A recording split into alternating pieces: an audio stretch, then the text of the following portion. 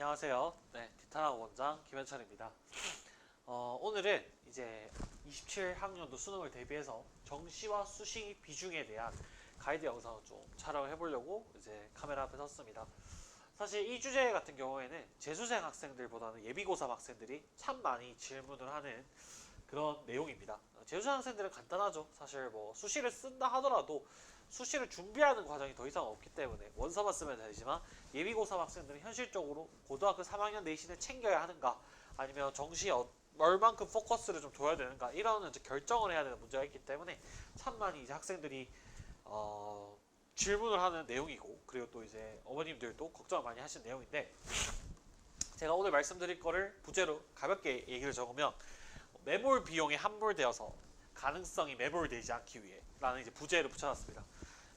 결론부터 얘기를 하자면 빨리 결정해야 된다는 겁니다. 그러니까 수시의 비중을 좀 더 두든 정시에 좀 더 비중을 두든 그거는 이제 어떻게 보면 선택의 문제고, 내가 조금 더 좋은 대학을 갈 수 있는 방법을 당연히 고민을 하는 학생들이니까, 그렇다면 사실 어떻게 보면 선택의 문제인데, 일단 어쨌든 제가 요 말씀을 드린 건 뭐냐면 빨리 결정해야 되고 갈팡질팡하지 말아야 되고 확실하게 결정해야 된다는 겁니다. 그래서 그 말씀을 좀 드리기 위해서 영상을 촬영을 해보게 됐으니까 한번 잘 들어봐 주시면 감사하겠습니다. 시작하기 전에 제가 계속 영상 업로드하고 있고, 그리고 이제 볼품없는 저희 유튜브에 많이 찾아주시고 조회수도 저희가 생각했던 것보다 훨씬, 물론 이제 대스타님들에 비하면 보잘것없지만 잘 나오고 있어서 참 감사하지만, 또 한편으로 이제 연락이 올 때 뭐 이것저것 묻는 학생들이나 학부모님과 얘기를 하다 보면은 입시는 상대적입니다. 지금 이 영상으로 100% 모든 학생들의 케이스를 커버 칠 수 없고, 또 학생들마다 정말 예외적인, 특히 이 수시는 더 그렇습니다. 안 될 거다 했는데 갑자기 합격 사례가 나와버린다거나 그러는 경우도 분명히 있기 때문에 절대 일반화시킬 수 없는 내용들이 입시라는 것을 알아주시면 좋겠지만, 여전히 말씀드리지만 그렇지만 한편으로는 또 통계는 과학이기 때문에 제가 지금 말씀드리는 케이스를 잘 고려를 해보신다면 분명 뭔가 판단을 하시는데 도움을 받으실 거라 생각하니까 100% 본인 상황과 안 맞다고 해서 틀렸다라고 치부하지 마시고 잘 한번 들어봐 주시면 도움이 되실 겁니다. 자, 좀 오늘은 사실 앞에는 일반론적인 뭔가 얘기 드렸다면 오늘은 약간 테크니컬한 얘기들도 많이 나올 수밖에 없어요. 수시랑 정시 얘기이기 때문에.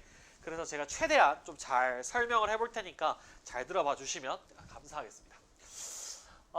일단 학생들이 요 시기가 되면 예비고3 학생들은 이제 기말고사가 2학년 2학기 기말고사가 거의 다 끝나는 상황이고, 이제 수시를 해야 되느냐 계속 해야 되느냐 정시에 이제 몰두를 해야 되느냐 올인을 해야 되느냐 이거에 대한 판단을 굉장히 고민을 많이 합니다. 근데 사실 어떤 선택을 하든지 간에 두 선택은 다 말이 되는 선택인데, 제가 옆에 본 바로는 사실 그 선택 자체가 문제라기보다는 이게 가장 문제입니다. 이게 가장 문제거든요. 애매하게 머무르며 갈팡질팡하는 시간이 정말 문제입니다.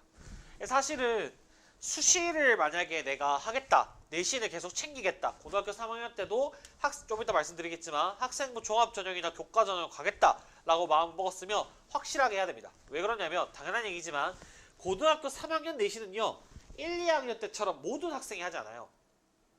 내가 내신이 4고 5고 뭐 이런 친구들은 애초에 포기를 한단 말이야.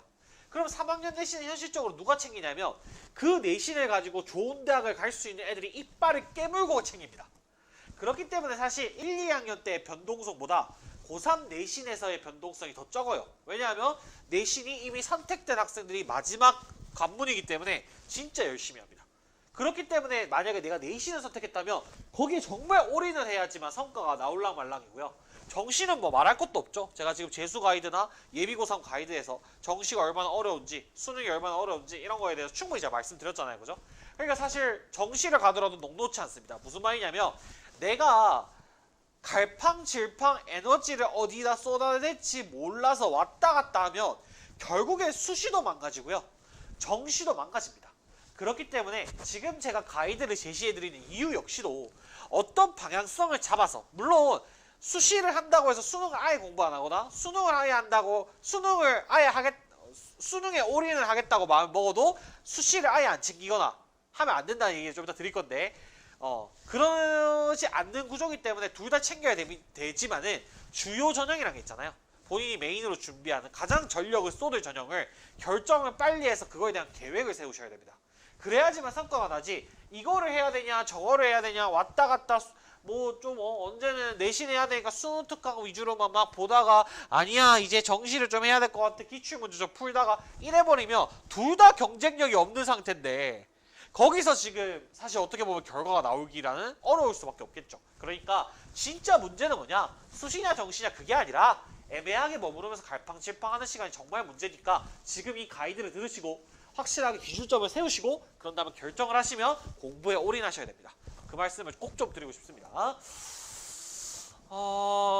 그래서 똑같은 말입니다. 겨울에 결론을 내려야 됩니다. 그래서 겨울에 결론을 내려야지만 정시에 대한 구조도 수시에 대한 구조도 내가 의도한 대로 흘러갈 수가 있는데 이게 지금 뭐 겨울방학 땐 당장 수능 공부만 해야 되니까 그것만 하자 이런 식으로 그냥 제쳐두고 생각을 하면 그 사이에 준비할 수 있는 것들을 좀 잃어버려요. 그러니까 되도록이면 제가 꼭 부탁드리고 싶은 건 뭐냐면 신학기를 시작하기 전에 결론을 내리셔야 됩니다.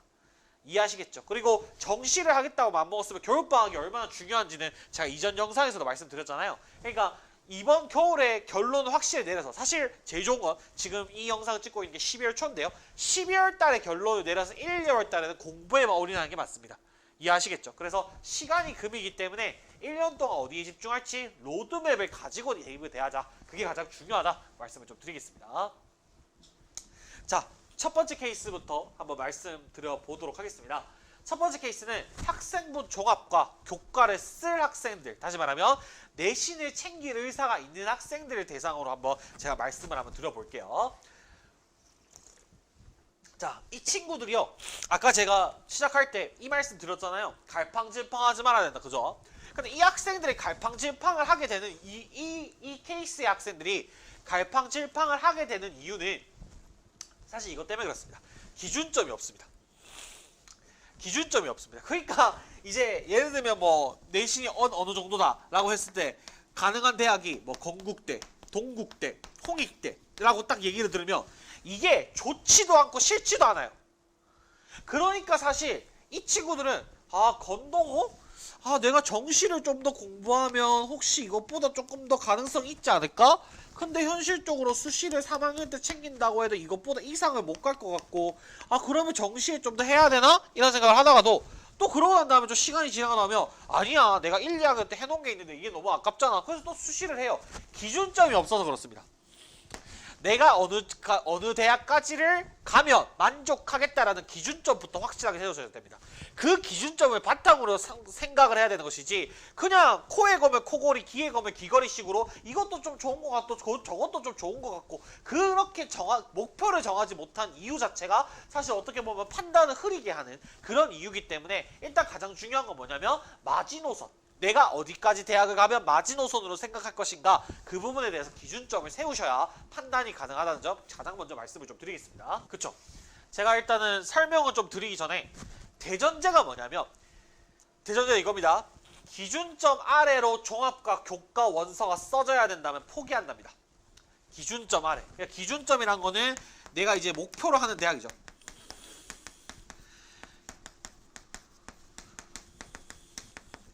이 대전제를 자꾸 무너뜨리고 뭔가 근데 내가 정시를 잘할 수 있을까? 이걸 막 이 대전제에다가 불안감을 썼고 그리고 현실적으로 뭐 예를 들면 아쉬움을 썼고 그리고 또 의미 없는 근자감을 썼고 이런 것들을 다 섞으니까 판단이 안 돼요. 판단이.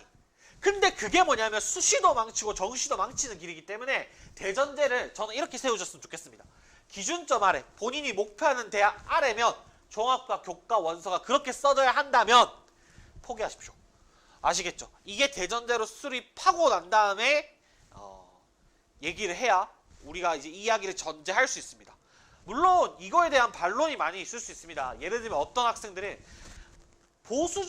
보수적으로 본인은 판단하고 싶다 대입을 재수가 나쁜 대학 가는 것보다 죽을 만큼 싫다라고 하시면 목표 대학을 낮추시면 돼요.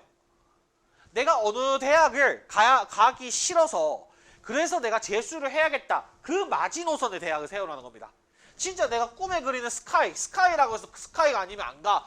물론 그건 본인 선택이기 때문에 본인이 책임질 문제입니다만은 제가 말하는 그 대학은 그 대학이 아니에요. 너한테 지금 당장 그 대학을 합격시켜줘도 넌 무조건 재수를 한다 라고 생각하는 그 대학이 마지노선이란 거야.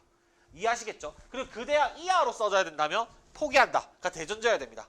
이해하시겠죠? 이건 학생들마다 상황이 너무 다르기 때문에 제가 일반화시켜서 말씀을 드릴 수가 없어요. 근데 이 포기한다라는 이 대전제를 안 세우고 자꾸 뭔가 생각을 하니까 계속 아무 판단이 안 돼요. 그 귀에 거면 귀걸이, 코에 거면 코걸이가 돼버립니다. 그러니까 그렇게 판단하시면 결국에 수시 경쟁력도 정시 경쟁력도 다 약화되기 때문에 확실하게 판단하셔야 된다. 그 방향성이 가장 중요하다는 말씀을 먼저 드리고 시작할게요. 자, 판단할 때 얘기 하나하나 말씀드려보도록 할게요. 기준점이란 것은 이제 목표 대학이란 건데, 자, 이거를 그러면 이 목표 대학을 판단을 해서 기준점 하루를 포기하는데 그 기준점을 수시를 가지고 계속 해야 되는가에 판단할 때 참고하셔야 될 내용들이 뭐냐면 다음과 같은 내용입니다. 자, 이거는요. 그리고 사실 입시에서 좀 유명하신 분들도 많이 만나 뵙고 얘기도 충분히 많이 나눕니다. 그럴 수밖에 없겠죠. 재수학원 원장이니까요. 근데 자, 1번. 이거는 어떻게 보면은 수시에 대해서 우리가 판단을 할 때 학부모님과 학생들이 꼭 알고 계셔야 되는 부분이고, 이 내용이 어떤 판단을 하셔도 좋으나, 수시를 선택할 것인지 정시를 선택할 것인지 판단을 어떻게 하셔도 좋으나 해당 사항에 대해서 유의하셔서 판단을 하시라, 그 말씀을 좀 드리는 겁니다. 첫 번째, 판단을 하실 때 1번. 근데 사실 이 1번은 제가 좀 조심스럽긴 합니다. 왜냐하면 제 밥벌이인 영역이 아니기 때문에 함부로 얘기하기 좀 그렇긴 한데, 사짜 컨설턴트를 피하기 위함입니다. 물론 사실 나중에 제가 좀 길게 여러 가지 말하다 보면 어느 분야나 다 사기꾼은 있고 거짓말쟁이는 있습니다만, 야 정말 입시 컨설팅만큼 사기꾼 수준이 아니라 약간 뭐랄까 사이비 종교 그런 사람들이 없어요. 근데 일단 가장 첫 번째 말씀드리고 싶은 거는 자 1번입니다. 학생부 종합 전형을 고려할 때 어머님들이 항상 하시는 말씀이 이거예요. 뭐 내신이 뭐 얼마인데, 근데 이 대학으로 이 내신으로 뭐 어떤 대학은 사실 합격 커트라인 근처에도 못 간다는 것을 안다. 근데 우리의 학생부가 너무 좋은데 혹시 이걸로 역전할 수 있는 가능성이 없겠느냐 이런 얘기를 하거든요. 없어요. 아시겠습니까? 그러니까 이거는 제 의견이 아닙니다. 이거는 제가 뭐 입시에 관심은 많고 당연히 학생들 원서 상담도 많이 합니다만, 제가 뭐 입시 전문가는 아닌 입장에서, 입시 컨설턴트는 아닌 입장에서 사실 어떻게 보면은 좀 조심스럽게 말씀을 드리는 건데, 이 부분은 정말 실력 있으신 분들, 정말 제가 친분 있고 실력 있으신 분들이 공통되게 하시는 말씀이에요. 이런 케이스 없습니다. 학생부 종합전형에서 학생부가 그 학생이 너무 기가 막히게 잘 적혔다고 해서 내신이 정말 그 대학의 합격 커트라인이라고 평균적으로 생각되어지는 수치보다 2급까지 낮은데 합격이 되는 경우는 없습니다. 이해하시겠어요? 근데 이걸 이제 원서 장사하거나 컨설팅 장사를 하시는 분들 중에 가능합니다 어머님, 뭐 이런 사례가 있습니다 이렇게 얘기하는데, 첫 번째 그게 실제 사례인지도 이제 믿을 수가 없고요. 두 번째는 이거는 진짜 학생부 전형 처음에 이명박 정부인가요?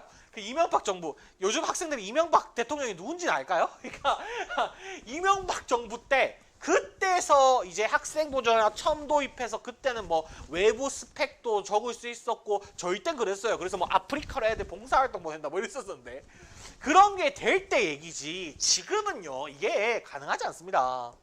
아시겠죠? 그러니까 1번은 이런 얘기를 믿으시고 허황찬란하게 6장 던져시면 불합격만 보시게 되지 아무 일도 일어나지 않아요. 그러니까 1번에 대해서 꼭 명심하셨으면 좋겠고, 두 번째는 자, 요 얘기는 좀 약간 테크닉한 얘기인데, 학생부 종합전형은요 1차적으로 무조건 학교 가서 상담을 받으시는 게 좋습니다.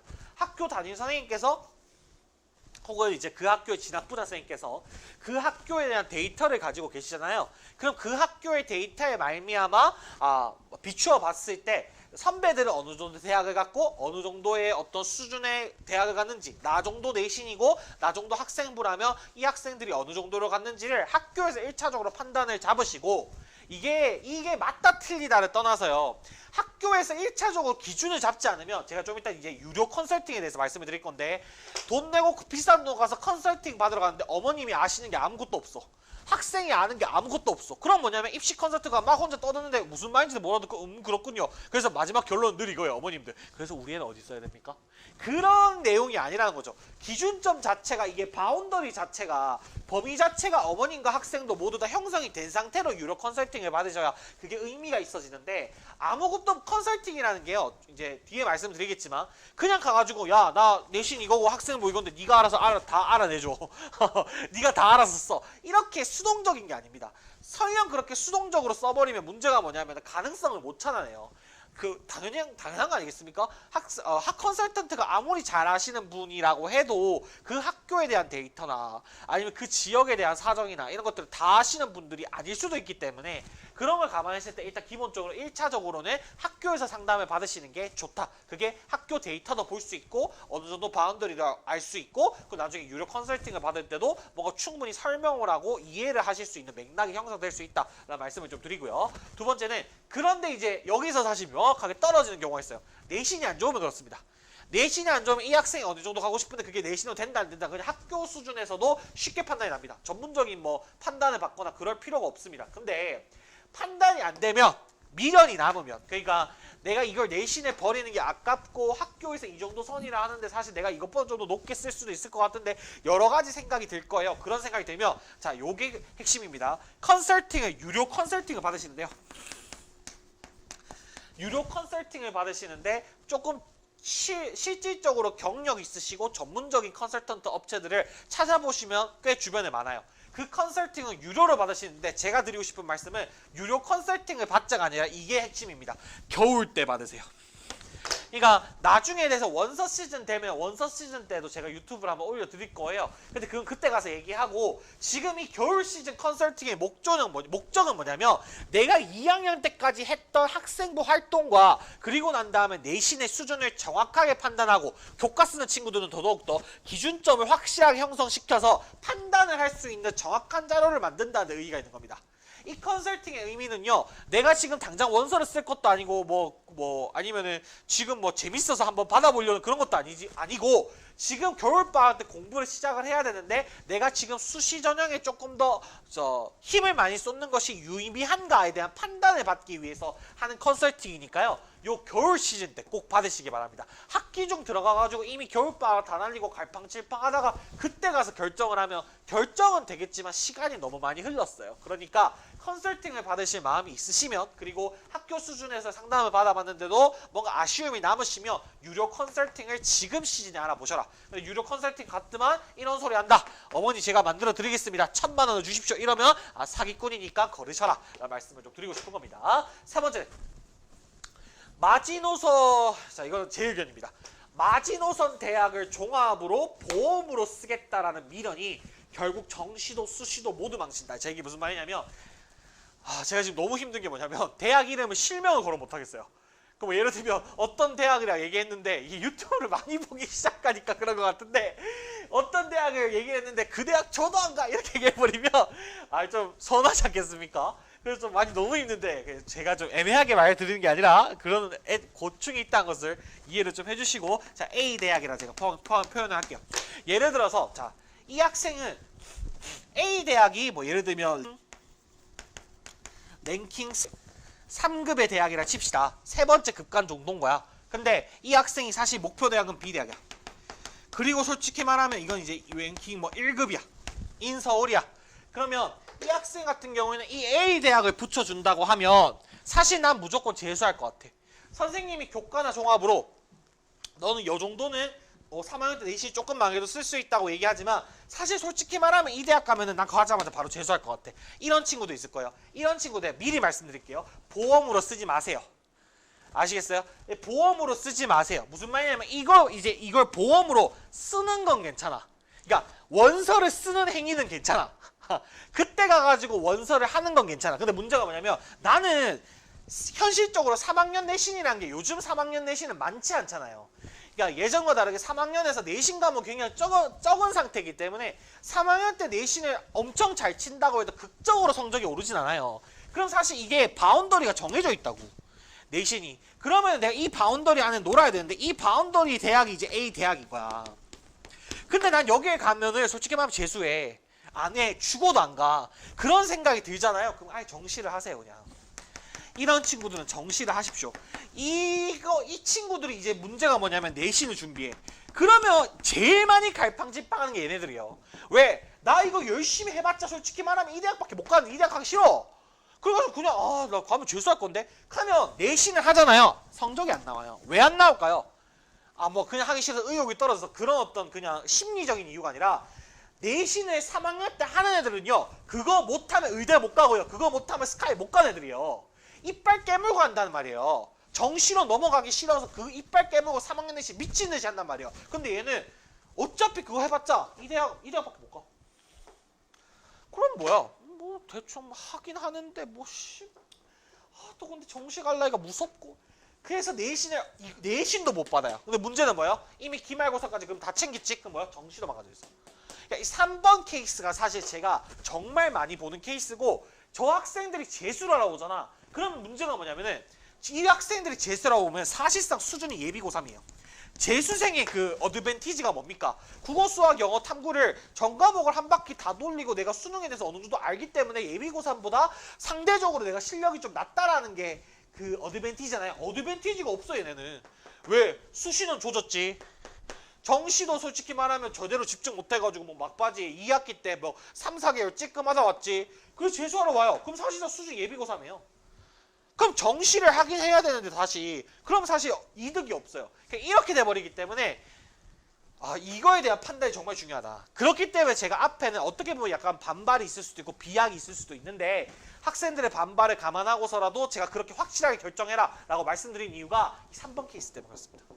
아시겠죠? 그렇기 때문에 이 부분에 대해서 세 가지를 꼭 머릿속에 염두에 두시고 판단하셔라. 네 번째 얘기는요.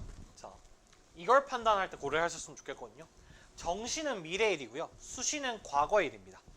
과거는 우리가 되돌릴 수가 없습니다. 그죠? 뭐 타임머신을 타고 돌아가가지고 1학년 때 어땠니? 2학년 때 어땠니? 컨설팅하는 과정에서 그런 얘기가 나올 수는 있겠지만 뭐 어떡하겠어요? 돌아갈 수는 없어요. 그죠? 근데 결과값이 정확히 나와 있죠. 다시 말하면 우리가 입시에서 가장 중요한 건 상대적인 위치란 말이에요. 그래서 내가 남들에 비해서 합격 가능성이 얼만큼 있는가에 대한 판단이 결국 입시에서 가장 중요한데 그 위치를 판단할 수 있는 게 과거, 다시 말하면 수시 거고요. 미래는 결과값이 없습니다. 그쵸? 미래이기 때문에 우리가 손에 어떤 일이 앞으로 일어날 것이고 예측을 뭔가 해볼 수 있겠지만 어떻게 될 건지 정확히 알 수가 없죠. 그치만 바꿀 수 있죠. 지금 내가 뭔가 노력을 하면 더 나아지려고 애를 쓰면 바꿀 수 있는 게 미래죠. 그죠?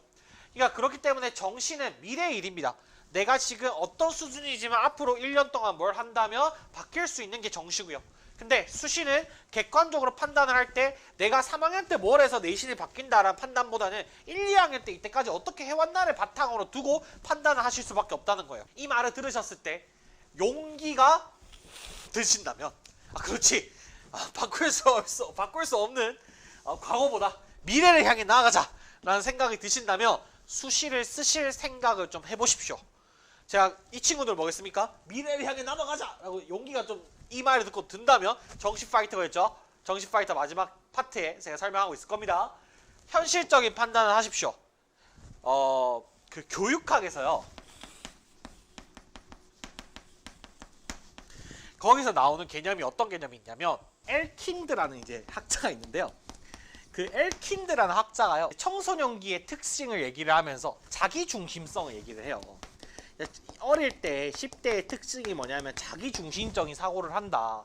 그러면서 이제 뭐라고 하냐면 이제 개인적 신화라는 개념을 도입을 해요. 이게 무슨 말이냐면 그러니까 10대 청소년들은 자기는 굉장히 뭔가 특별하고 나는 무언가 대단한 일을 할 수 있을 거라고 착각하는 게 그냥 그게 뭐 학생들이 이기적이거나 뭐 어때서 그런 게 아니라 그냥 그게 청소년기의 특징 중 하나라는 거예요.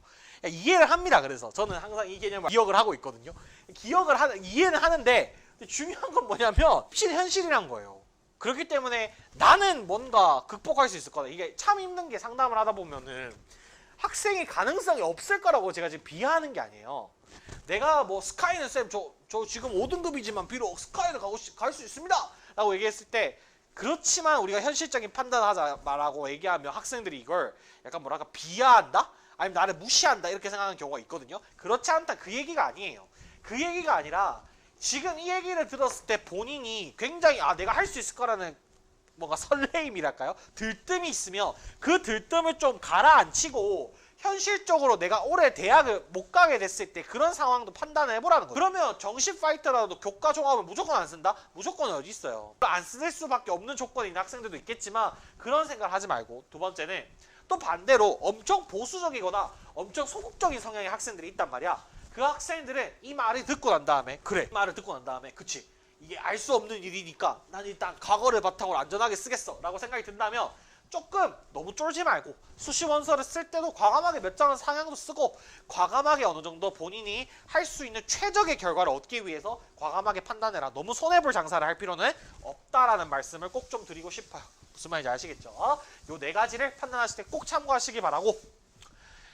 자, 여기서부터 개인적 견해입니다. 제 얘기는 여기서 이 얘기는 제 생각이고 앞에까지는 입시를 할 때 사실 공통된 팩트에 해당하는 내용들을 제 나름대로 설명을 했다면 지금 이 얘기부터는 제 생각입니다. 그러니까 학생들과 어머님 중에 이 얘기를 들었을 때 공감을 못 하실 수도 있고 그리고 여기 맞춰서 판단을 하실 필요는 없어요. 근데 분명히 이 영상을 보고 계시다면 저한테 묻고 싶으신 분들이 대부분이잖아요. 그럼 너는 어떻게 생각할 건데? 너는 내랑 상담을 한다면 뭐라고 얘기해 줄 건데? 라고 궁금해 하시는 분들이 많을 테니까 제가 그 부분에 대해서 제 생각을 말씀드리도록 할게요. 자, 첫 번째 제 개인적인 견해로는요. 아까 말씀드렸잖아요. 마지노선 대학보다 한급간이 낮으면 내신에 올인하십시오. 그거는 절대로요. 학생이 마지노선으로 갈 대학보다 한급간을 내려앉게 됐을 때 그걸 정시로 돌렸을 때 그 대학보다 높게 나올 가능성보다요. 낮게 나올 가능성이 더 높습니다. 무슨 말인지 이해되겠죠? 그러니까 한급간 정도만 낮으면 무조건 내신에 그냥 올인하십시오. 예를 들어놨어요. 제가 마지노선이 예를 들어서 중경외시야. 나는 중경외시까지만 가면 대학을 다니는데 그 밑에는 그냥 재수야. 그러면 건동홍 근데 그런 친구인데 종합과 교과 라인이 건동홍 수준이야. 내신하십시오. 쌤, 저 건동홍 가면 재수할 건데요. 수능이 끝나고 나면 그 생각이 안 들 테니까 내신하십시오. 이해하시겠죠? 내가 이 정도 급간의 차이가 있으면은 무조건 내신하십시오. 이해하시겠어요? 무조건 간극이 이 정도의 수준이면은 무조건 내신하십시오. 내신하시기에 무조건 이득이고 제 말을 듣고 내신을 챙기셨을 때 만약에 수능이 망한다면 정말 감사해 하실 겁니다. 이해하시겠죠? 정말 요 급간이면 무조건 내신하시는 게 맞고요. 근데 자, 제 생각은 그래요. 물론 이거는 제가 어느 정도 좀 편향됐을 수도 있어요. 왜 그러냐면 저는 재수하고 원장 아닙니까? 저는 학생들이 1년 동안 왔을 때 어디에 초점을 맞추냐면 학생을 변화시키는데 이 학생을 생활적으로든 학습적으로든 아니면 뭐 멘탈적으로든 뭐든지 간에 변화시키고 더 낮게 만드는 데 집중을 하는 사람이다 보니까 저 자신도 이런 얘기를 하고 이런 생각을 할 때 편향됐을 수 있어요. 왜냐하면 학생들이 바뀔 수 있다라고 생각하는 게 더 많거든요. 근데 예를 들면 진짜 입시를 약간 숫자로 다루시는 분도 있죠. 3.3은 딱 그렇게만 딱 생각하는 컨설턴트님들은 보통 이것보다 더 보수적으로 얘기하시죠. 그렇기 때문에 저는 좀 그런 게 반영됐을 수 있다는 걸 감안하고 들어주시고 제 생각은 그렇습니다. 두 급간 이하로 낮으면 저는 솔직히 두 급간 이하로 낮은데 만족하고 가는 애들 거의 본 적이 없어요. 거의 본 적이 없다? 그쵸? 80% 정도 그냥 안 가는 것 같아요. 다시 재수하는 것 같아요. 그러니까 두 급간이 낮아버리면 애들이 안 갑니다. 그냥 재수한다고 얘기합니다. 등록금도 아깝다 막 이래버리고 안 가려고 해버리거든요. 그래서 저는 솔직히 말하면 제 개인적인 생각인데 요 정도 두 급간 중경외시가 마지노선인데 이 친구가 종합교과 라인이 국순세단 정도에 잡힌다 이러면은 이 친구들은 제가 생각할 때는 그냥 아예 정시에 올인하는 게 맞다. 수시에 어차피 수시를 하려고 해봤자 이 라인에 있는 친구가 지금 3학년 내신에서 이 내신까지 못 올려요. 왜냐하면 두 가지 이유인데 첫 번째 내신 과목이 그렇게 많지 않고 두 번째는 3학년 때 내신하는 애들은 다시 한번 얘기하지만 상위권 등급은 진짜 견고합니다. 1, 2학년보다 훨씬 바뀌지 않아요. 왜냐하면 걔네는 그것만 넘으면 대학을 가는데 누가 내주겠어요 그 자리를. 그렇지 않겠어요? 그렇기 때문에 이걸 감안해서 두 급간 이하면 말끔하게 버리고 정시에 올인하는 게 맞다. 그 말씀을 좀 드리고 싶고 예외가 있어요. 내가 만약에 스카이라인이다. 다시 말하면 스카이라인이면 학교 추천서도 받을 수 있겠죠. 그죠? 그 정도 전교권 학생들이면 만약에 물론 이건 이제 스카이라인이 모의고사로는 뭐가 나오고 여러 가지 케이스가 있을 수 있어요. 그죠? 그러니까 스카이라인 정도의 뭐랄까 성취도를 갖고 있는 친구들은 두 국간 스카이에서 두 건 내리면 뭐 어디예요? 서성한 중경외시잖아요. 그러니까 종합이나 교과가 중경외시 수준이더라도 종합의 교과 중경외시 수준이라도 둘 다 해라. 이 친구들은 사실 뭔가 변수가 있을지도 모르고 아니면 학생부 자체가 굉장히 좀 잘 써져가지고 뭔가 생각보다 더 좋은 대학 갈지도 모르고 여러 가지 케이스가 있을 수 있으니까 만약에 요 정도 라인에 속하는 학생들이라면 제가 생각했을 때 두 국가에 놨더라도 이 친구는 그리고 학습 능력이 인정돼 있는 친구잖아. 그쵸? 학습 능력이 인정돼 있는 친구라면 그 친구는 종합이나 교과나 정시나 그거를 이제 생각하지 말고 무조건 전과목 다 챙긴다 생각하시고 거기에 조금 몰두하시면 좋겠어요. 무슨 말인지 이해되겠죠? 그래서 두 전형을 모두 다 수시와 정시를 둘 다 이 친구들은 할 수 있으니까 다 챙기시기 바라고 그리고 라인의 공식은 예외가 생길 수밖에 없습니다. 왜냐하면은 이 라인의 공식에 해당이 안 되는 게 뭐냐면 뭐 특목고 학생들이라던가 자사고 학생들 그러면 이제 예외 케이스가 꽤 많이 생기기도 하니까 그런 부분들도 문제가 있고 두 번째는 뭐 학생들 성향이 보수적인가 뭐 좀 약간 도전적인가 이런 거에 따라서 예외가 생길 수밖에 없기 때문에 제가 지금 드리는 말씀은 그 드리는 말씀에 대한 것들을 참고를 하시고 이건 제 생각이니까요. 물론 저한테 컨설팅을 받으러 오시면 보통 저는 이런 말씀을 드립니다. 그렇지만 그런 부분들을 감안하셔서 판단하시기 바란다. 라는 말씀을 좀 드리고요. 자, 다음에 이제 수시 올인이라면 수시에 그러면 이제 좀 더 올인하겠다 선택을 했으면 예외적인 상황은 이제 수능 최저가 아예 필요 없는 전형만 쓰는 친구들은 뭐 이거에 대해서 별로 생각할 거 없겠죠.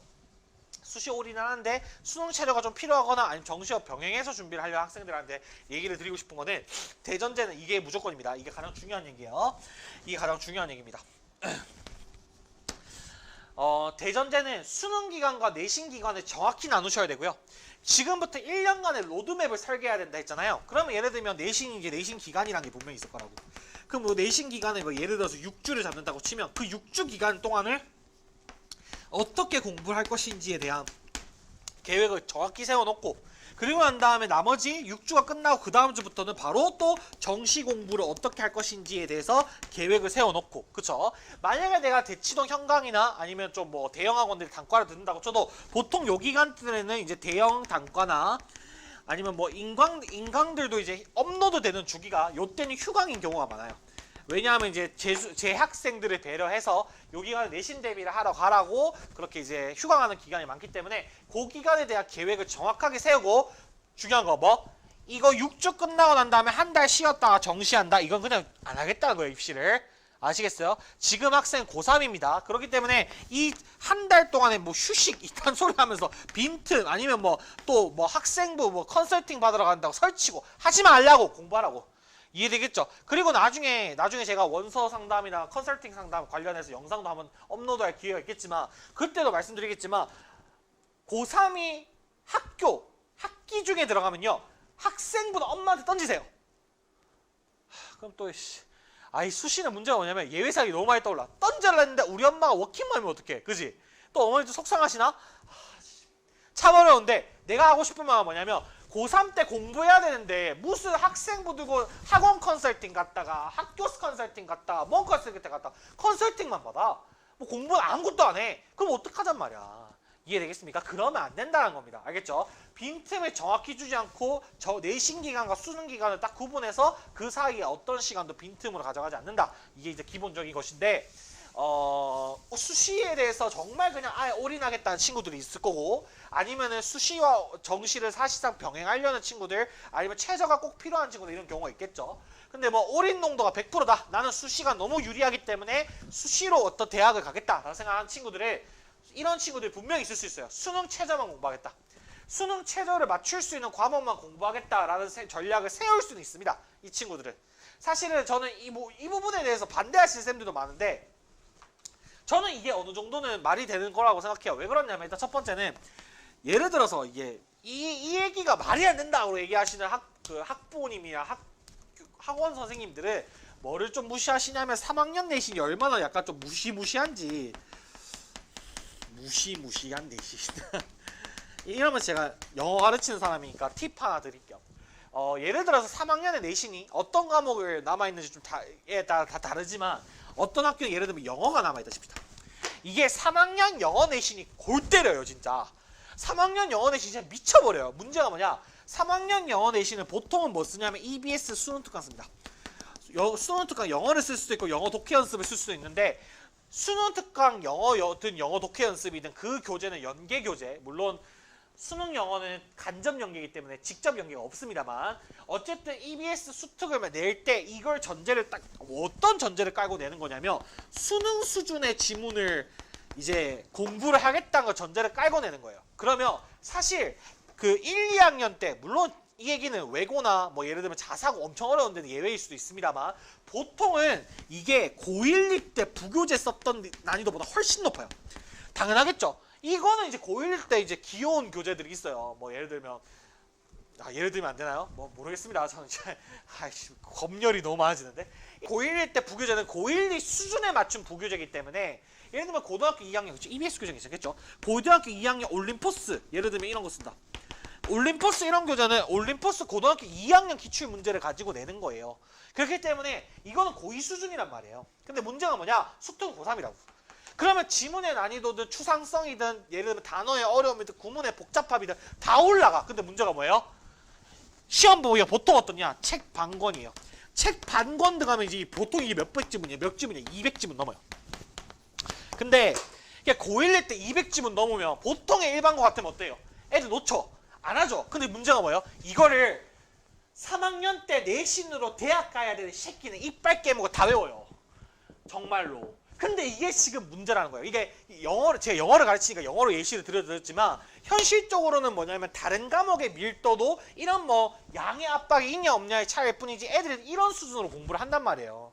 그러니까 사실상 현실적으로 뭐냐면은 이 수능에 많은 시간을 투자하겠다 자체가 이 학생들한테 부담스러울 수 있어요. 그리고 제가 이제 팁 하나 드린다 했잖아요. 만약에 이게 영어가 포함되어 있다 3학년 내신에 그러면 수특이 나오자마자 바로 지문을 풀기 시작하세요. 학교에서 이거 사오라고 얘기할 거예요. 무슨 교재 사오라고. 그게 시험 범위겠죠. 그 교재에 대해서 나오자마자 사기 시작해서 지문을 꾸준히 계속 풀면서 뭐 시험 범위 어디인지 어떻게 하냐 몰라도 일단 풀어요. 어차피 다 들어갈 거야. 그러니까 그 꼼꼼하게 다 풀면서 모르는 단어나 기본적인 구문 같은 건 미리미리 준비해야 돼. 그러면 사실 뭐 수특 2월달에 나온다 치면 2월달부터 내신 대비를 시작하는 거 아닙니까? 이 친구들한테는 현실적으로 수능과 뭐 예를 들면 수시를 병행하라는 게 약간은 부담스러울 수 있어요. 그러면 이 학생들의 전략을 수능 최저만 공부하겠다는 생각이 있을 수도 있어요. 근데 그거를 할 때 무조건 여러분이 알고 계셔야 되고 생각하셔야 될 게 뭐냐면 수능 최저만 공부하면 첫 번째 정시는 못 씁니다. 알겠죠? 수능 최저 과목만 공부하면 정시를 못 쓰는 구조가 됩니다. 아 이거는 그래도 내가 어느 정도 실력으로 비비는 그 실력으로 안 될 겁니다. 알겠죠? 그 실력으로 절대로 수능 등급이 나오진 않으니까 공부를 안 한다면 이걸 알고 계셔야 됩니다. 수능 최저만 공부한다는 전략이 진짜 내가 수시가 너무 유리한 상황이고 정시로는 이 정도의 대학을 가기가 너무 어려울 것 같다 생각한다면 올인해도 좋으나 중요한 건 그 수능 최저만 공부했을 때 종합과 교과에서 판단 다시 말하면 원서를 너무 지나치게 상향으로 쓰거나 잘못 썼을 때는 6개 다 떨어지는 상황도 있을 수 있어요. 그리고 그게 만약에 불합격이 됐을 때는 재수가 무조건 확정이라는 겁니다. 이거를 생각하시면서 하셔야 돼요. 그래서 만약에 내가 그렇게까지는 못하겠다 생각이 들면 60%대 요 정도 학생들로 가야 될 텐데 이 부분에 대한 판단은 제가 지금 영상에서 해드릴 수는 없습니다. 그렇지만 학생 본인이 생각할 때 만약 수능 최저만 공부하겠다 생각하면 이거를 내가 지금 리스크를 지고 하는 거랑 알고 하셔야 된다는 거 그걸 말씀을 좀 드리고 싶고 두 번째는 뭐냐면 농도가 60% 현실적으로 내신이 보수적으로 생각해봤을 때 내신으로 가는 게 더 잘 갈 것 같으나 근데 그렇다면 이제 시기를 아까도 말씀드렸다시피 정확하게 분리해서 정시 공부 기간은 충분히 확보해야 돼요. 이런 친구들한테 다시 한번 얘기하지만 이 친구들이 만약 이런 생각 가지고 있으면 컨설팅을 겨울에 받으라고 하는 이유도 이겁니다. 12월 달에 뭔가 판단이 끝나야 이 생각을 할 수 있을 거잖아. 만약에 내가 이렇게 수시를 병행하다 싶으면 겨울방은 무조건 농도 100%로 진짜 찐하게 아침 8시부터 시작해서 솔직히 말하면 스카 같은 데 가서 12시까지도 수능 공부를 미친 듯이 해야 돼요. 그때 아니면 시간이 없다고. 병행을 한다는 게 현실적으로. 이해하시겠죠? 그렇기 때문에 충분히 정시 공부 기간을 아까 계획을 세워가지고 확보를 하시고요. 두 번째는 전 과목 다 하셔야 됩니다. 이 친구들은. 아시겠죠? 이 친구들은 농도가 60%한 것 자체가 두 가지야. 수시가 잘 안 될 수도 있다는 생각 첫 번째. 두 번째는 뭐냐면 내가 그 수시는 쓸 수 있어도 솔직히 가기 싫다는 생각이거든. 그럼 뭐냐면 정시를 무조건 다 공부하셔야 돼요. 내가 좀 뭐 예를 들면 국어 과목이 등급이 안 나온다 해가지고 난 최저만 맞추는 게 일단 전략으로 할게 이렇게 변명하고 난 다음에 국어 조지면요 삼수하게 돼요. 알겠습니까? 왜 그러냐? 아까 말씀드렸잖아. 예비 고3 때 수시냐 정시냐 갈팡질팡 그러면 수시는 다 떨어져. 정시는 문제가 뭐야? 예비 고3 수준이야. 뭐 재수생으로서 뭐 공부하고 수준이 높고 그딴 것도 없어. 그럼 재수로 오잖아? 그럼 수시는 이미 망했지? 그럼 정시 올인이야. 자연스럽게. 그럼 재수생 때 되면 또 문제가 뭐냐? 예비 고3 수준이라니까? 재수생 수준이 아니에요. 수시를 하다가 정시를 하는 친구들은 재수 때 정시를 하게 되는 친구들은 이해하시겠어요? 그러면 안 된다고. 이해하시겠어요? 전과목 다 공부하셔야 됩니다. 꼭 명심을 하시고 아까도 말씀드렸죠. 매몰 비용입니다. 이게 내가 이 대학 가면 재수할 것 같은데 해놓은 게 아까워서 써야 될 것 같다. 이게 제일 바보 같은 마인드니까 그렇게 할 것 같으면 진짜 삼수를 하게 될 수도 있어요. 아까 제가 말씀드린 이유로 아시겠죠? 말끔하게 포기하시는 게 맞습니다. 이게 진짜 제가 이때까지 영상을 제일 찍으면서 생각이 제일 많았던 파트고 너무 많은 예외사항이 떠올랐고 제가 지금 본업실이라는 컨텐츠를 또 준비를 하고 있습니다. 칠판 배경으로 제가 이렇게 열정적으로 떠드는 컨텐츠 말고도 편안하게 학생들 얘기 들으면서 제가 좀 제 생각을 말씀드리는 그런 컨텐츠를 준비하고 있는데 2화가 요거랑 똑같은 고민이에요. 사실 정말 이제 수도권에 공부를 엄청 잘하는 학교에 재학하는 학생의 고민이었는데 들어보면 정말 고민할 게 많아요. 그래서 거기서는 제가 지금 약간 이 결론과 다른 결론을 좀 내리기도 했거든요. 그래서 제가 본업시 컨텐츠 2화에서 실제 학생들 케이스를 가지고 상담하는 거 좀 보여드릴 테니까 그걸 꼭 한번 보시면 좋지 않겠냐. 그래서 학생 성향이 반영될 수밖에 없고 예외상이란 거 학생이 다니고 있는 학교의 종류 이런 거에 따라서 너무 달라질 수밖에 없기 때문에 참 많이 힘들었던 주제입니다. 그렇지만 제가 아까도 말씀드렸죠. 최대한 일반론적인 의미 있는 통계들을 말씀드리려고 노력했기 때문에 제 얘기를 한번 잘 들어주신다면 판단에 도움 되시지 않겠나 그런 생각이 들겠습니다. 자, 두 번째 케이스는 이제 종합교과 얘기는 그 정도로 하고 논술 전형을 쓸 의사가 있는 학생들입니다. 사실 여기서부터는 뭐 선택의 문제는 아니고요. 주의사항에 가깝습니다. 논술 전형을 굉장히 가끔 보면 학생들 중에 심취하는 학생들이 있어요. 그 학생들을 비롯해서 논술은 어떻게든 한 번쯤은 고3을 지내면서 얘기를 듣게 될 테니까 제가 미리 말씀 한번 드리도록 하겠습니다. 한번 답변 주시겠어요? 논술에서 가장 중요한 게 뭡니까? 라고 얘기하면 뭐 이제 쌤 인문 논술이에요? 수리 논술이에요? 그래가지고 뭐 인문 논술은 뭐 글에 대한 이해 대역 수리 논술 수학 문제 아니고요. 최저입니다. 첫 번째도 최저고 두 번째도 최저고 세 번째도 최저고 네 번째도 최저고 다 최저입니다. 실제로요 논술에서 이제 입학처에서 발표하는 자료들 중에 이제 논술 원서를 접수를 하잖아요.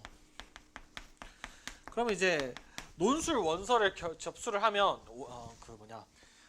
원서 경쟁률이 있어요. 실제로 이제 수시를 접수했을 때 뭐 경쟁률이 뜬단 말이에요. 그럼 보통 대부분의 논술 응시하는 학교들이 63대 1, 어떤 데 심하면 128대 1 뭐 이래요. 어마무시하죠. 물론 이제 컨설턴트들 중에 제 입시를 잘 모르거나 현실을 좀 잘 모르는 친구들은 어머님 그 논술을 어떻습니다. 63대 1, 128대 1입니다. 이건 원서 경쟁률입니다. 저도 쓸 수 있어요. 원서. 어머님도 쓸 수 있어요. 원서는. 원서는 누구나 쓸 수 있습니다. 그러니까 원서 경쟁률이 중요한 게 아니라 그걸 보셔야 되는데 제가 데이터를 안 가지고 왔는데 실질 경쟁률을 보셔야 돼요. 이게 뭐냐? 실질 경쟁률이 논술은 최저가 있는 학교가 대부분이에요. 수능 최저 등급이 있는 학교가 대부분인데 최저를 충족을 시켜야지만 응시 자격이 생기는 겁니다. 정확히 말하면 응시는 누구나 할 수 있는데 채점을 받을 자격이 생기는 겁니다. 이 실질 경쟁률 실질적으로 막 발표하는 수치도 보면 12대 1, 9대 어떨 때는 9대 1까지도 떨어졌다 뭐 이런 경우도 있어요. 특히 올해 같은 경우에는 영어가 보통 학생들 최저를 많이 맞추는데 영어가 이만큼 어려웠으면 더 심하겠죠. 그러니까 이런 실질 경쟁률을 결국엔 이 경쟁률이 이렇게 되는 이유가 뭐냐? 최저입니다. 그렇기 때문에 이렇게 생각하면 안 돼요. 나는 최저를 맞출 수 있을 거야. 그 아까 똑같은 얘기잖아요. 그죠? 그 자기중심적으로 해석하는 거잖아요. 그게 아니고 실질적으로 최저가 그만큼 강력하다는 거. 거꾸로 생각하면 논술 전형이란 건 최저를 맞추고 나면 나름대로 그래도 어느 정도 가능성이 있을 수도 있는 전형이란 거를 생각을 해보시면 좋겠다. 근데 어쨌든 논술에서 가장 중요한 건 뭐냐? 최저입니다. 최저가 가장 중요합니다. 수능 최저가 가장 중요하다는 거 말씀을 꼭 좀 드리고 싶고, 안타깝지만 그렇습니다. 논술은 수능의 보완 전형입니다. 그러니까 논술이 아까 말했던 종합이나 교과처럼 수능과 뭔가 별개의 영역이 아니라 논술은 수능을 보완하는 전형입니다. 그렇기 때문에 정시를 쓰는 학생이 논술을 쓰는 것이지 논술을 위해서 수능을 희생시키면 이건 본말이 너무 전도가 됩니다. 이해하시겠습니까? 그러니까 절대로 논술에 올인하시면 안 된다 라는 말씀을 좀 드리고 싶으면서, 자, 이거 정말 많습니다. 수리 논술은 이게 잘 없어요. 왜? 수리 논술은 수학 문제를 푸는 건데 수학 문제를 그만큼 어려운 걸 자유자재로 잘 풀 수 있으면 인마는 공부를 좀 하는 애죠, 그죠? 근데 인문 논술이요. 인문 논술이 뭐냐면 제시문 독해를 하고 이제 글을 작성하는 거란 말이에요. 그러니까 이게 뭐 어떻게 보면 또 이제 수능 국어와 비슷한 면이 있을 수도 있지만 사실 어떻게 보면 약간 수능과는 별개의 영역입니다. 이게 논술만의 뭔가 독특한 그게 있어요. 그리고 이거는 사실 솔직히 말하면 수능 등급이 낮아도 할 수 있어요. 그러니까 다시 말하면 내가 공부를 잘 못하는 학생이더라도 논술을 막 할 수 있단 말이에요. 그래서 실제로 논술학원 같은 데 가면 막 이제 애가 최저도 안 되고 공부도 못하는데 연대고대 논술을 막 쓴단 말이에요. 그런 논제를 풀고 막 오늘 연세대 논제를 풀었어. 근데 내가 예를 들어서 어떤 제 1번 문제를 너무 잘 풀었어. 그래서 논술쌤이 칭찬해줬어. 그럼 학생들은 뭐라 생각하냐? 나는 연대생이라 생각해요.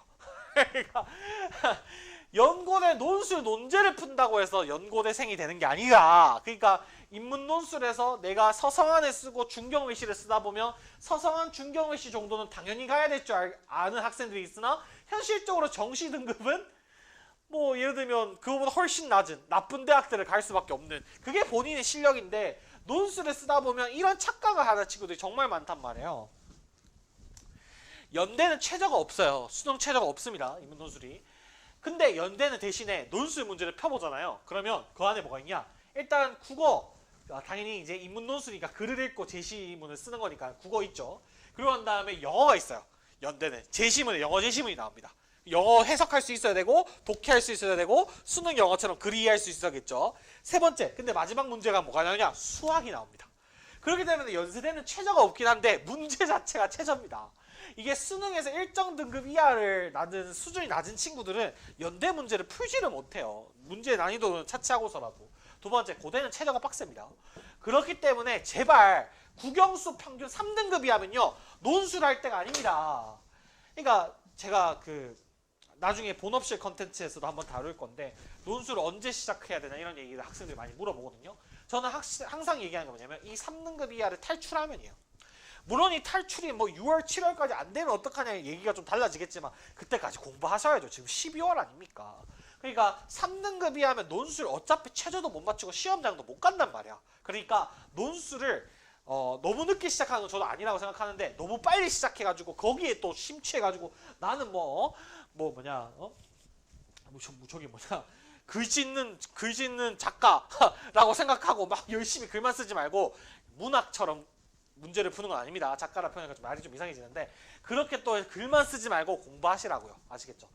공부를 하셔야 된다 말씀 좀 드리고, 인문 논술은 그런데 수리 논술은 이게 조금 문제가 있어요. 수리 논술은 이제 요즘에 이과 학생들 중에 이제 수학 등급이 안 나오고 수학에서 상위 등급이 안 나오면 확통론을 한단 말이에요. 확통을 선택하는데 안타깝게도 수리 논술에서 확통 학생들이 설 자리가 없어요. 그러니까 미적분은 무조건 모든 학교들이 거의 다 봅니다. 성균관대가 예외적으로 수학원, 수학2만 시험 범위 보는데, 자, 첫 번째, 수학원, 수학2만 시험 범위를 보면 그냥 누구나 칠 수 있으니까 정말 문제 수준이 사실 어렵기도 하겠고 그리고 붙기도 어렵겠죠. 그러니까 사실상 성대를 가지고 얘기하는 의미가 없는 것이고, 대부분의 학교들을 보면 미적분은 무조건 필수로 들어가고요. 그 대부분의 학교 미적만 필수가 아니라 사실상 대부분의 학교 뭐냐면 기하, 학통까지 다 요구합니다. 그래서 사실은 확통론을 하고 난 다음에 미적분 수준이 떨어지면 합격하기가 사실상 불가능합니다. 그래서 확통론을 해버리면 조금 이게 수리 논술에서 할 게 없어진다. 그 얘기를 좀 드리고 싶고, 출제 범위 때문에 그렇습니다. 근데 요런 흐름을 좀 반영하는 건지 몇몇 대학교에서 뭘 시도를 하고 있냐면 통합논술이라는 걸 좀 시도하고 있어요. 이제 작년에 이제 건국대에서 건대 논술이요. 지금 인문 논술이 있고 수리 논술이 있고 통합 논술이 있어요. 자, 올해인가 작년인가 이제 신설된 건데 이 건대 통합 논술이 뭐냐면 문제 2개 내는데 1번 문제가 인문 논술이에요. 그러니까 글 쓰고 글 읽고 이런 문제고 2번 문제가 뭐냐면 수리 문제예요. 수리 문제. 수리 논술인데 근데 이 출제 범위가 얘가 뭐냐면 수학 1, 수학 2예요. 요런 식의 어떤 논술들의 유형을 만들고 있거나 성대 같은 경우에는 그리고 인문 계열인데도 수리 논술로 칠 수 있고 인문과 경영학과 뭐 이런 데인데도 수리 논술로 칠 수 있고 반대로 공대 계열이나 이제 이과 쪽인데도 인문 논술로 칠 수 있게끔 또 크로스를 또 해놨어요. 그래서 그런 경우가 좀 생기고 있긴 한데 그게 제가 생각할 때는 확통론 이과 학생들 중에 미적을 선택하지 않는 학생들이 점차 많아지니까 그런 흐름을 좀 반영하는 게 아닌가 라는 생각이 좀 들기도 합니다. 근데 사실 그게 지금 뭐 메인스트림이라고 할 만큼 인원수가 많은 전형은 아니라서 그런 흐름이 있다는 것만 좀 말씀을 좀 드리고요. 근데 거꾸로 제가 꼭 말씀드리고 싶은 게 뭐냐면 이게 남학생들 중에 이과 성향이 정말 강한 학생들이 좀 어떤 학생들이 있냐면 수학을 정말 잘해. 그러니까 미적분이 어렵게 나오든 뭐 하든지 일단 무조건 1등급 96점 막 이렇게 맞는 친구들이야. 그런 친구들 중에 국어가 되게 약한 친구 있어요. 국어가 3, 4 왔다 갔다 계속 꺼내면서 국어가 저는 계속 문제예요. 이런 친구들 있잖아요. 그 친구들은요. 무조건 수리 논술 하셔야 됩니다. 아시겠죠? 그러니까 이 친구들은 일단 강점이 있는데 전제는 뭐냐면 미적을 선택했다는 전제예요. 미적을 선택한 친구들이고 국어가 약한 학생들은 수리 논술을 공부해 놓으면 사실상 수리 논술로 가는 친구도 정말 많습니다. 그렇기 때문에 만약에 내가 이런 학생에 해당한다면 수리 논술을 꼭 염두에 두시고 수리 논술을 만약 이런 학생들이 하겠다고 염두에 두면 수리 논술은요 1월 달부터 하십시오. 그러니까 1월 달에 이제 뭐 유명하신 선생님들 비대면 형강 이런 것들도 좀 있고 아니면 이제 뭐 지역에 어디서 볼지 모르겠지만 지역에 논술학원이 있을 수도 있는데 거기서 이 수리 논술 1월 달부터 하시고 꼭 하셔야 될 게 뭐냐면 이 학생들은 기하나 확통에 대한 공부를 조금 해두실 필요가 있어요. 왜냐하면 문제가 나오기 때문에. 그래서 그런 부분들을 좀 미리 대비를 해주실 필요가 있다. 말씀을 좀 드리고 싶습니다. 자, 여기까지 이제 논술 전형에 대해서 말씀을 드렸고요. 케이스 C는 뭐냐면은 정시 전형. 다시 말하면 정시로 열심히 공부를 해볼 친구들. 파이터죠. 정시 파이터. 아주 인터넷에 떠도는 예전에 이제 짤인데 유명한 짤이 있어요. 정시 파이터란 그러면서 이제 어떤 선생님께서 설명하시는 맥락인데 거기서 내용을 추격하면 이렇습니다.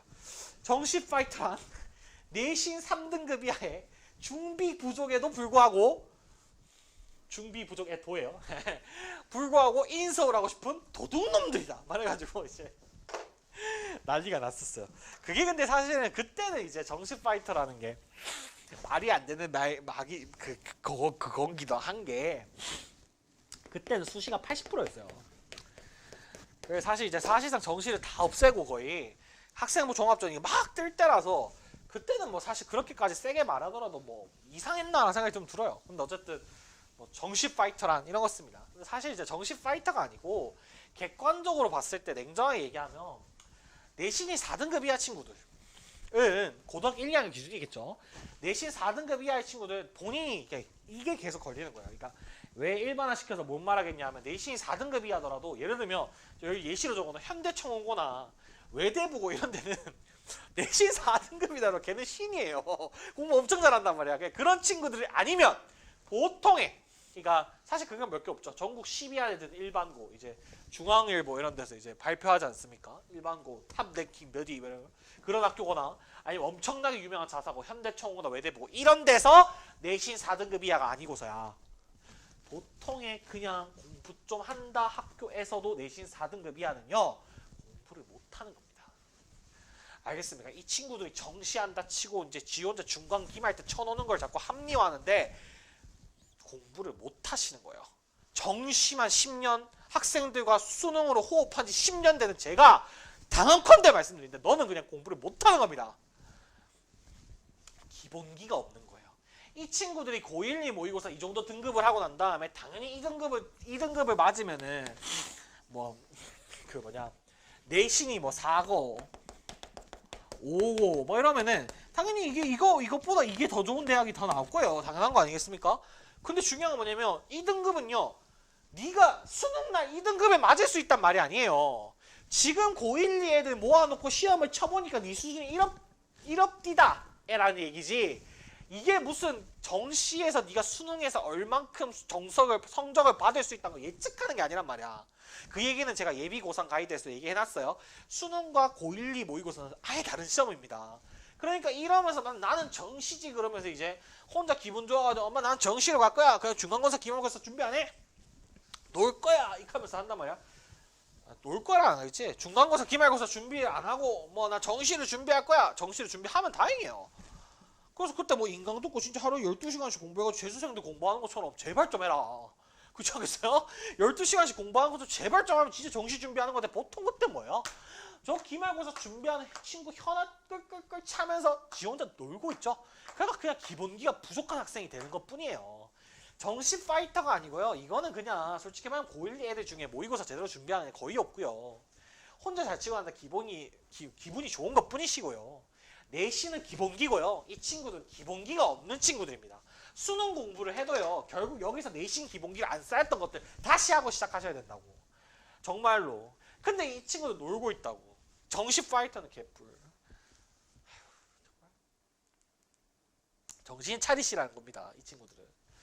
내신 3등급 이상은 3등급 이상은 실제로 내신이 이제 지금 기준으로 3등급 이상의 등급이 나오면 사실은 뭐 이것저것 고려를 해볼 대학들이 있어요.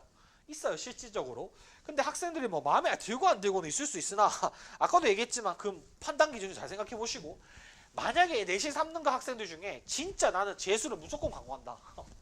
나는 재수가 두렵지 않다. 오히려 난 재수학원에 들어갈 생각이 가슴이 콩닥콩닥 뛰고 내 인생의 목표가 재수다 하는 친구가 아니고선 있습니까? 재수가 너무 하고 싶어요? 오세요. 반갑습니다. 오세요. 그게 아니라면 종합과 교과를 적극적으로 쓰십시오. 이게 학교에서 학생들이 이제 담임쌤이나 상담을 할 때, 학교쌤이나 어머님들 상담을 할 때 종합 써라, 교과 써라, 우리 학교에서 뭐 정시로 어디 간다 하면 못 간다라고 얘기하면 무시하는 거라 생각한다 했잖아요. 아까. 그죠? 무시하는 게 아니라 걱정하는 거예요. 수능날 등급을 잘 맞는 건 정말 쉽지 않아요. 제가 재수학원 원장이잖아요. 재수생들요. 여러분들과 차원이 다른 수준으로 밀도로 공부를 해요. 걔네가 잘한다는 게 아니에요.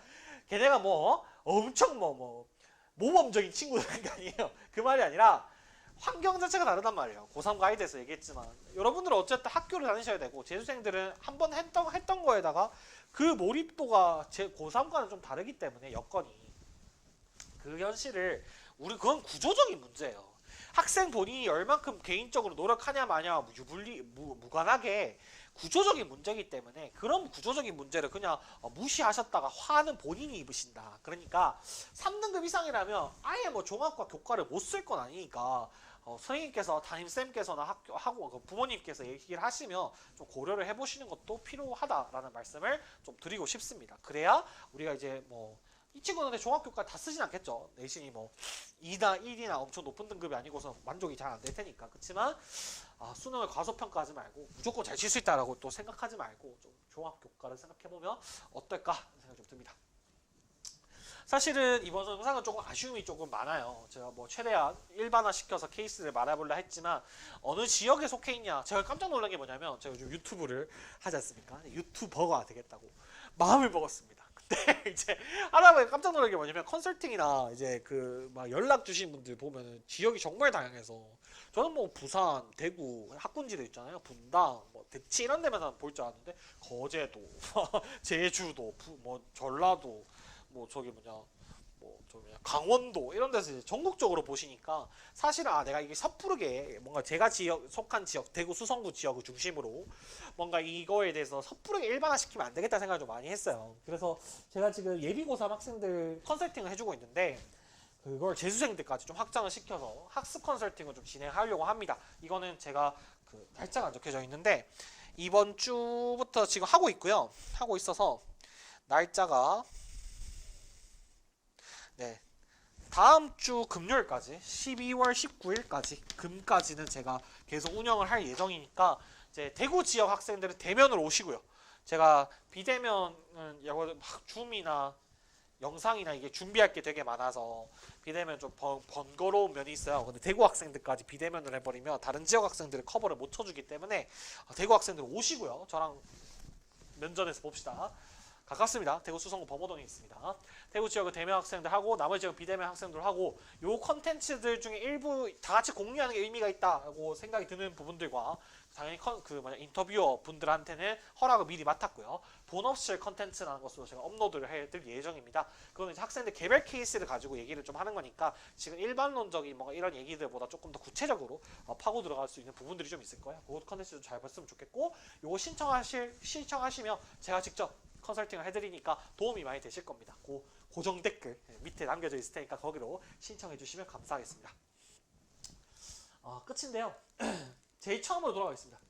뭐 많은 얘기 한 것 같은데요. 오늘도 한 시간 떠든 것 같은데 수시냐 정시냐 진짜 문제인 거는 그게 문제가 아니고요. 갈팡질팡 하는 시간이 문제입니다. 입시에서 핵심은 시간입니다. 그 시간을 어떻게 제대로 쓰냐, 얼마나 밀도 있게 쓰냐에 따라서 대입 결과가 정말 많이 달라지기 때문에요. 지금 제가 오늘 드린 말씀을 한번 참고하셔가지고 어떻게 대입방을 설계할지 생각을 해보시고요. 결정이 되시는 대로 총력을 다하셔서 수시와 정시를 모두 대비하시기 바라겠습니다. 영상 많이 봐주셔서 감사합니다.